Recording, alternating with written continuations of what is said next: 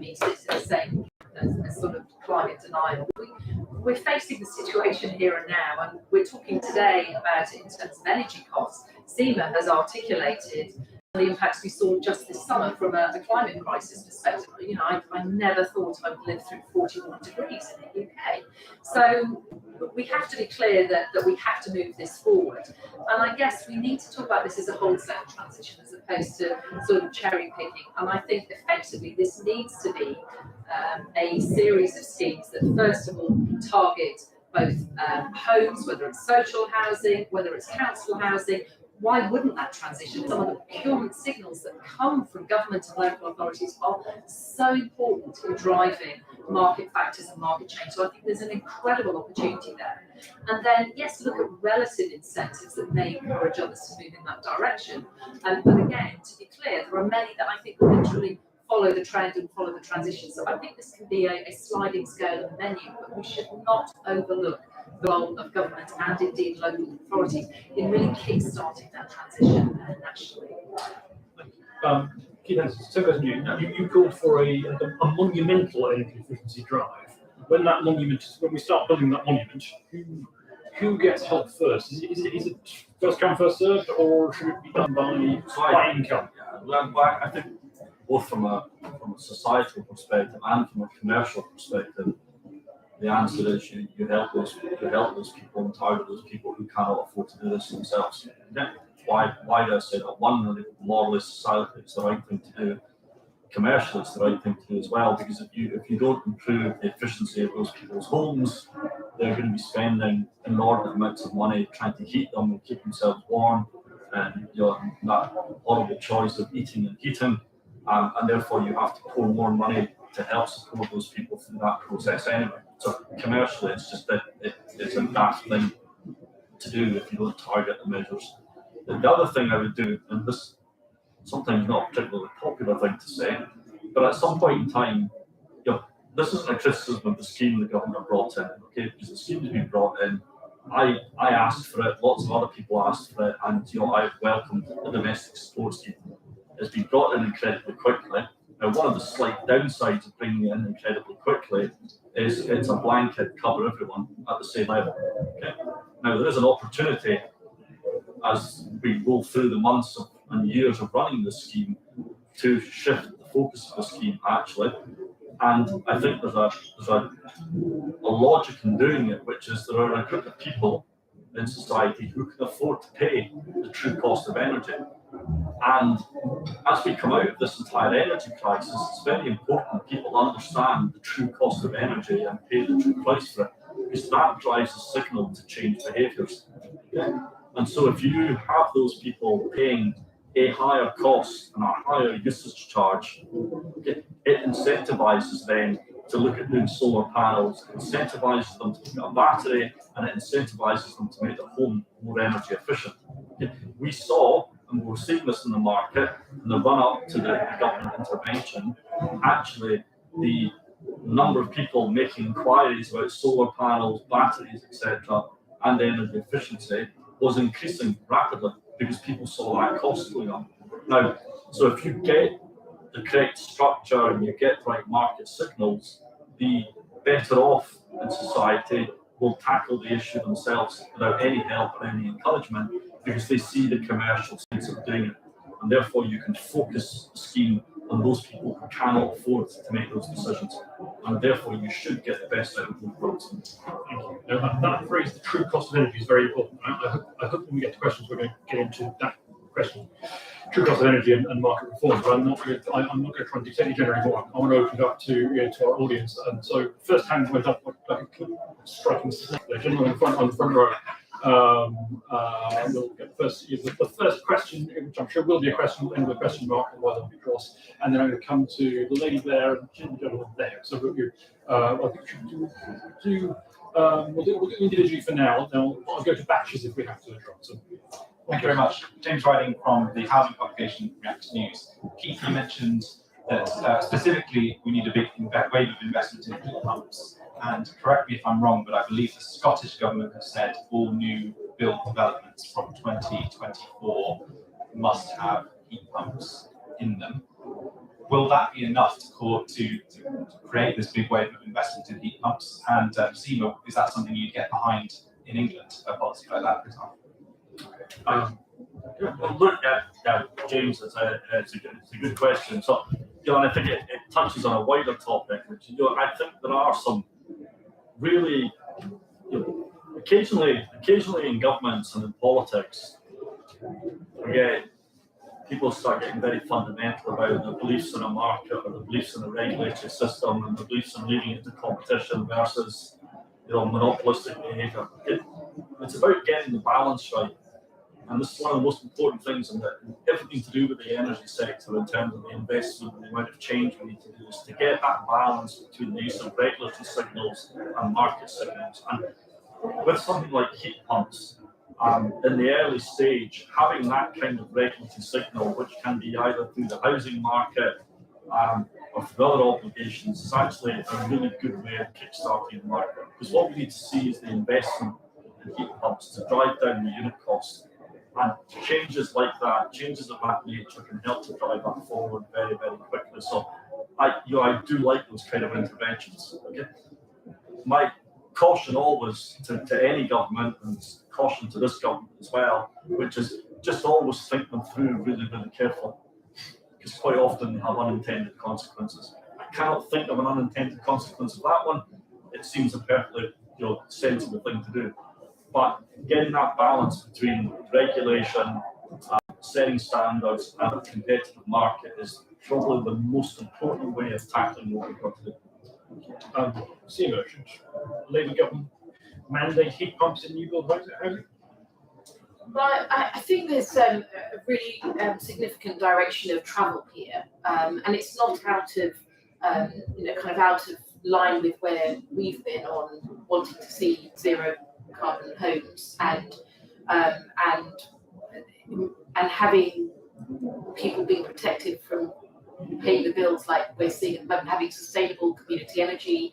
There are lots of different examples of how initiatives are happening across the country. My own local authority, Hounslow, has been looking, and as part of its green recovery strategy, to having solar energy and other forms of energy that will also be able to supply a community. And how can you think in place-based terms as well as individual homes? But so I think these initiatives are going to become more significant. I think there is an argument that I was making before about when you do things at scale, then it does increase the capacity and skills, and also reduce the cost of delivery. And so whether that's the answer or there'll be other models, I think that's where industry and government need to both go. I think there needs to be clarity, because otherwise you end up in a situation where people might be wondering what to do with, how to make their homes energy efficient. And is it the right choice to spend, 3,000 or 4,000 or something now? Will it change again in 4 years or 5 years' time? And what do you do? And I think so. There's got to be a clearer direction of travel and message for homeowners as well. But with new build, I think the other thing that's starting to be quite interesting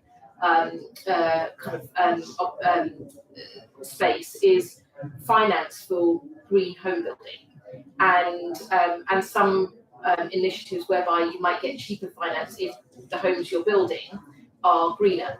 And so, where there starts to be incentives, they can work alongside where you might have other targets. But what the risk can be is that with new homes you have one plan, but you don't focus on existing homes, and how do you balance all of that towards the outcome of school?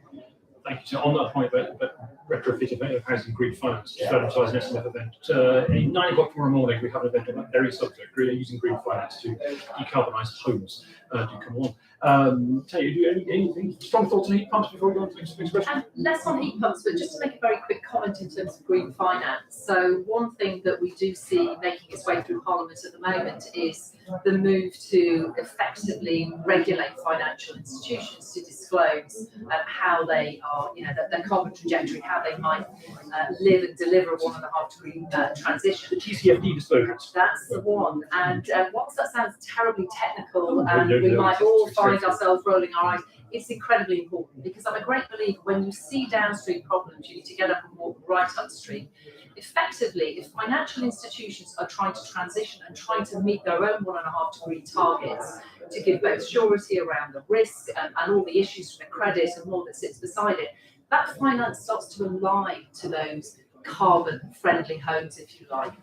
And that investment, whether it's through mortgages or elsewhere, starts to look and seek out those opportunities that effectively has heat pumps in there to begin with. So for me, it's about some of the dual, levers, if you like, to drive this transition.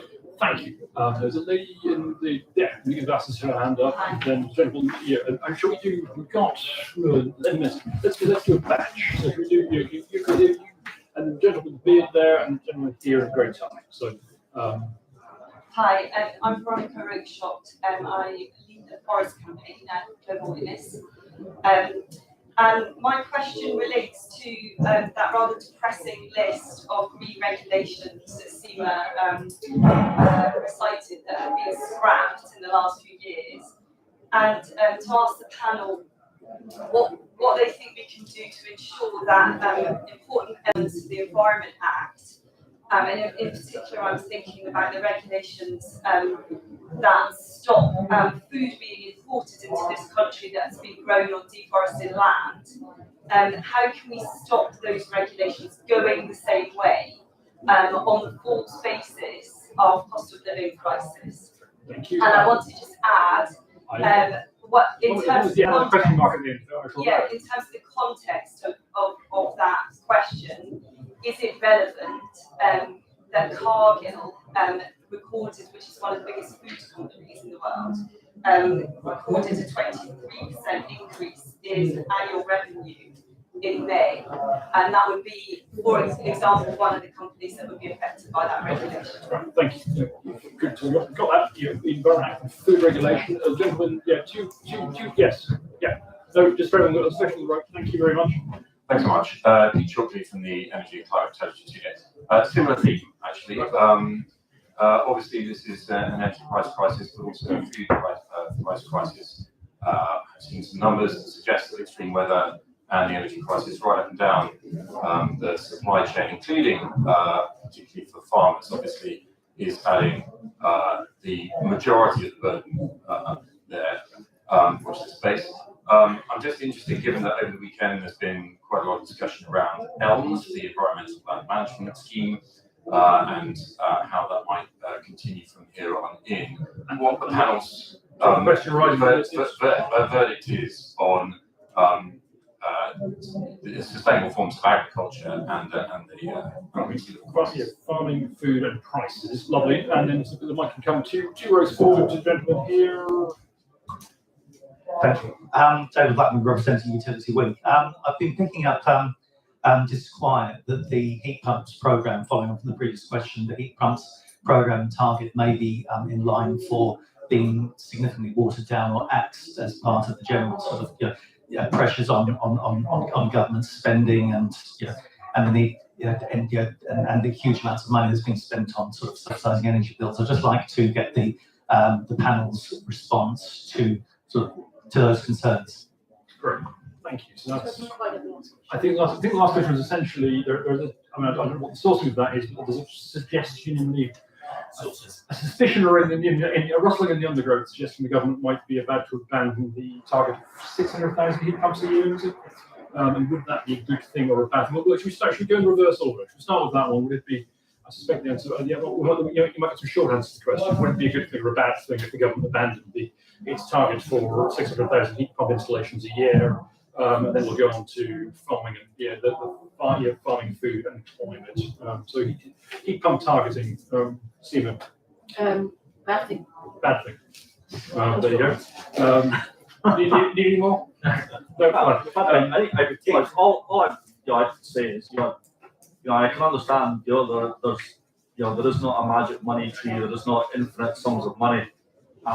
But what I would encourage any government to do is to look at alternative ways of, if that's an issue, you look at alternative ways of stimulating the market.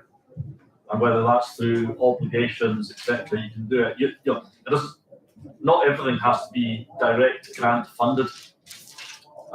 we've got the wherewithal to create other mechanisms as well. And so if that's something that can be looked at instead, but a bad thing. But if we need to look at alternatives, let's look at alternatives. Tanya, presumably you're also quite keen on. We know you're keen on heat pumps too. I think why would we go backwards? I'm keen at that. And I guess we may go try and answer two other questions together in terms of the Environment Act and food. How to maintain the current environmental regulations and possibly mitigate or develop new policy that helps farmers address some of those global cost drivers from extreme weather that we've heard about. Simon, you John? Or we should start. I'm happy to go first, actually. So perhaps if I initially respond to Victoria, I think in terms of the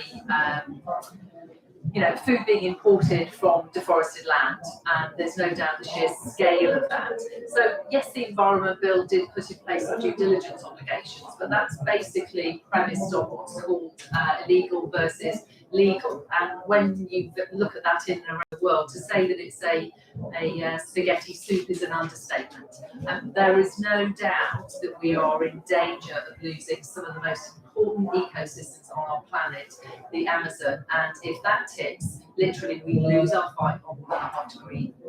Any chance of meeting 1.5 degree temperature rises.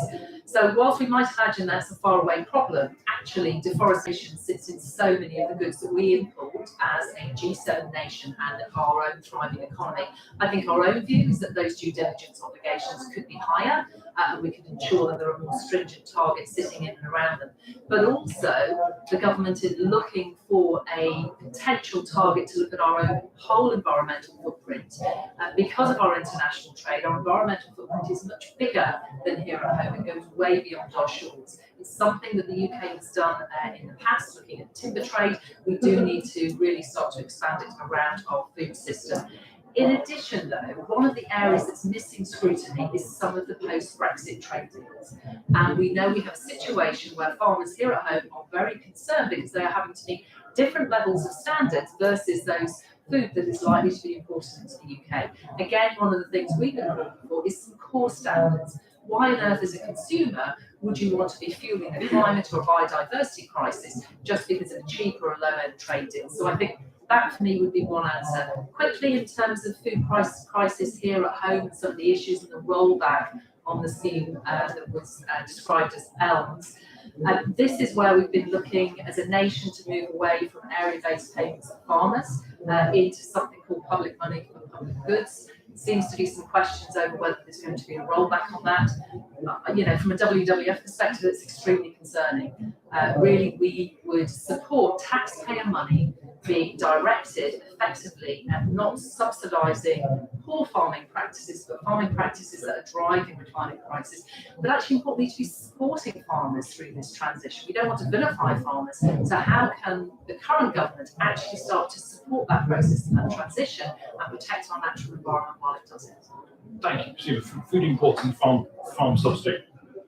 Yeah, I think, Tanya's covered a lot there. Look, I'll just make one broad comment, which is that there is a real worry and risk that we see the government use one crisis or another as a reason to roll back regulations that they never really liked individually. And there's, we currently have a leadership that seems to want to rewrite history in terms of their own involvement in any of the decisions made in the last 12 years in a government which, at least for Ms. Trust, she's been members of. So I do worry that we're going to, there's a risk. I'm not saying it's, things will definitely have that, but I think people are going to start to watch the government more closely. But there is a risk, and look, I come back to my previous point. There is, it's a false economy, and I think we're going to need to be demonstrating our commitment to climate as well as how we're sort of tackling the cost of living. Thank you. I think we've got time for one last question or batch of questions. I want bonus points for anybody who asked about contracts for difference and the true cost of energy. That's what I'm interested in. But two down this side. One from gentleman here, and then the last question is actually going to my SMF colleague, Jonathan Thomas. So. Phil McNally from the Tony Blair Institute. Keith, you were mentioning before about the gas price affecting the electricity price, and one of the short-term solutions that's been put forward there is basically putting these older renewable projects and nuclear projects possibly onto long-term contracts for difference. Is there a risk that we put these projects on at a fixed price, which over time starts to look expensive if the gas price and electricity price starts to fall, and then renewables maybe don't look as cheap as they currently do against gas? Yes, so you 10 bonus points for mentioning contracts for difference. Thank you very much. And last question to Jonathan Thomas of the SMF, and then we'll get to quick answers. Sorry, yeah, I was only going to answer to fill in at the end, but so I suppose my question is slightly controversially, because my expertise is 2/3 migration, 1/3 climate. This panel sounds just like an immigration panel in 2013, which says on average immigration is better for the country, it's win-win, nothing to worry about here. That turned out to be exactly the wrong thing to do for a lot of reasons for the country, change politics in this country. So whilst everybody thinks there are no trade-offs, do you think the messaging needs to be changed at all for the people who do think there are trade-offs? Jonathan's being very polite. What he means is, are we all part of a cosy, contented establishment awaiting disruption at the hands of fierce and Liz Truss or similar, I think. So those are two questions. So we'll start with the detailed question on it's a very difficult thing to do in 90 seconds. But market reform, there's interest in market reform at the moment. I'm sure you all know electricity prices are largely set according to the gas price, not the cost of production. So at the moment, renewables are a lot cheaper than gas, but you still pay the price of gas. So Keith, you raised this. Tony, you really raised it. I know Labour's interested in this as well. How do we do this without baking in distortions in the long term? I think is the question. Yeah, fine. So, yes, it can be done. So there's two ways of doing this. There's a huge big review being undertaken by the government called the RUMA review, which reviews the whole market, and that's a 2 to 3 year process. So the short-term fix is do you take all our renewables, take it out of the wholesale market, shove it into CFD? How do you do the price? So my view is, and we're expressing this and discussing with the government, the best way of doing that is through auctions, and you can structure an auction, and that's the best way of getting price discovery. And I think there's genuinely enough differential between the projects, the companies, in terms of the way they're financed, funded, people's view of the forward price curve. There's enough differential you would actually get a competitive auction, because every company will look at that, their own forward price curve. Everybody's price curve is different, therefore everybody will bid in a different way in terms of what they think the future value of those contracts are. So yes, it can be done. It sometimes sounds incredibly simple, so why haven't we done it yet? It is phenomenally complicated. There are a whole lot of other issues in there about, not least of all, number one, there you go, a lot of the power is sold out 1-2 years in advance. What do you do about the power that's been sold out in those contracts? Big issue, big concern. Number two, you've got such a variety of wind farms in terms of size, scale, in terms of their technology, from 300 kilowatt machine wind farms to 5 megawatt onshore wind farms. Big issue in terms of how they would bid in, how you differentiate. You've got a bunch of wind farms out there that have maybe got 4 or 5 years left of the renewables obligation, and maybe only got a 5-year planning time horizon, versus some that still have 15 years. Therefore, how do you all bid for the same contract? So all of that leads me to believe, run a series of auctions, structure the auctions depending on the time frame that you're looking at, and you'll get good price discovery. Trying to fix one price that covers all of that, I think it's mission impossible. I think it's doomed to failure. And I think it's a massive risk. And you open yourself very easily to accusations. And I think these will get thrown at the industry as well as politicians. You'll get accusations of some kind of stitch-up deal. Somebody's made a mistake. We're all overpaying for this. So avoid that like the plague. I'm going to be very unfair to Superintendent to ask for quick thoughts on electricity market reform. Well, a very, very quick contribution from my side. Look, I think, I mean, Keith's gone into a lot of detail there. I don't need to go into that in the same way, but I will just say, just in terms of what we've announced today and why, with the part of our climate investment pledge, is that we would want to see a kind of a significant transformation, obviously, in energy supply in the UK. And that would be by, in our view, doubling onshore wind capacity and offshore wind capacity by 2030 and 35, and also tripling solar power by 2030. So when you've got a different way in which you're also looking to shift the market and supply and to protect ourselves against global energy prices. It's a big program, and it's for that reason. So I think some of those questions also come in, but then you're actually talking about not thinking about how you might reprice what we've already got, but what the future supply is going to look like, and how you would have energy security in terms of supply for the long term. And just on the much wider political question to round this off, is this too cozy a consensus? So are we doing enough to accept and address and answer the people who frankly disagree with all the things that we've said on this panel today, that actually there is a cost, there is a trade-off, we can't afford it? How do we make sure we're not overlooking the doubters, I suppose? I'm going to go from right to left. So you keep Taylor, and two seem to have lost word of that. Look, I just think we need to be consistent with the message, and just keep explaining to the public what we're doing, why we're doing it. The more we're transparent about it, and that doesn't matter whether you're doing RO to CFD, whether you're doing heat pumps, whether we're building wind farms, the more transparent we are about what we're trying to do and why, then I think that the less risk you run. I think I'm a great believer the truth will always out, and ultimately our own polling really shows the sheer levels of both support on climate and actually the anxiety and the concern that sits throughout society. What we can't do is pretend it's easy, but I think we must importantly, A, make the economic case, B, ensure that it includes everybody and there aren't just nice incentives for certainly groups that can afford it. But ultimately, we're on a transition. We have to see our way through, and I'm concerned that we're faltering, and we really don't have the time or indeed the trajectory to be able to do that. Timo, the last question to you.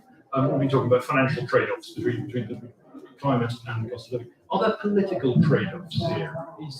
Does Labour face a bit of a political cost by stressing green growth and green progress, or is this a political win-win for you, do you think? I think the word trade-off is probably not the word I would use for a political situation. I think it's a political choice. I think it's a political choice to have a green focus on the green economy, not exclusively, but as a priority and as a sort of guiding principle, because the world is going that way, and Britain is either going to be ahead or behind. I mean, it's behind already in many respects. So where do we have a vision for where the jobs in the future are going to come from, and how are we making decisions now for 5, 10, 15 years hence? I think we miss quite a lot by talking amongst ourselves as sort of those who may have been to university or studied or kind of 10, 20, 30 years ago. Younger generations coming through are going to. There's all the evidence from panels around the world, McKinsey and others that have done research with what's important and what's driving consumer choices that younger generations are making. There is a much more values-driven generation that's sort of coming, and I think politics has to respond to that too. So in my view, I think it's a political choice that is recognising where the trends are, recognising where the battles are going to be, policy battles, recognising where the economic battles and the environmental battles are going to be, and preparing ourselves for what's to come, but also to make sure that for younger generations who are going to be picking up the pieces, are they going to have access to the energy supply that they would prefer, that's going to be cheaper and more sustainable, and are they going to have jobs where they can work here or abroad for where the world is moving? Because there's a much greater cost in not saving the planet and supporting environmental needs and tackling climate change than in letting parts of the planet burn and being comfortable with that. There's a much greater cost to that. Thank you very much. So we were overrun a couple of minutes, but I hope nobody minds that too much. But I'll bring things to a close there just by saying thanking all of you for coming and your contributions and staying with us. Thank you everybody on joining us on via the internet. Thank you to Scottish Power for making this debate possible. I just ask you all before you go to give a hand of thanks to all.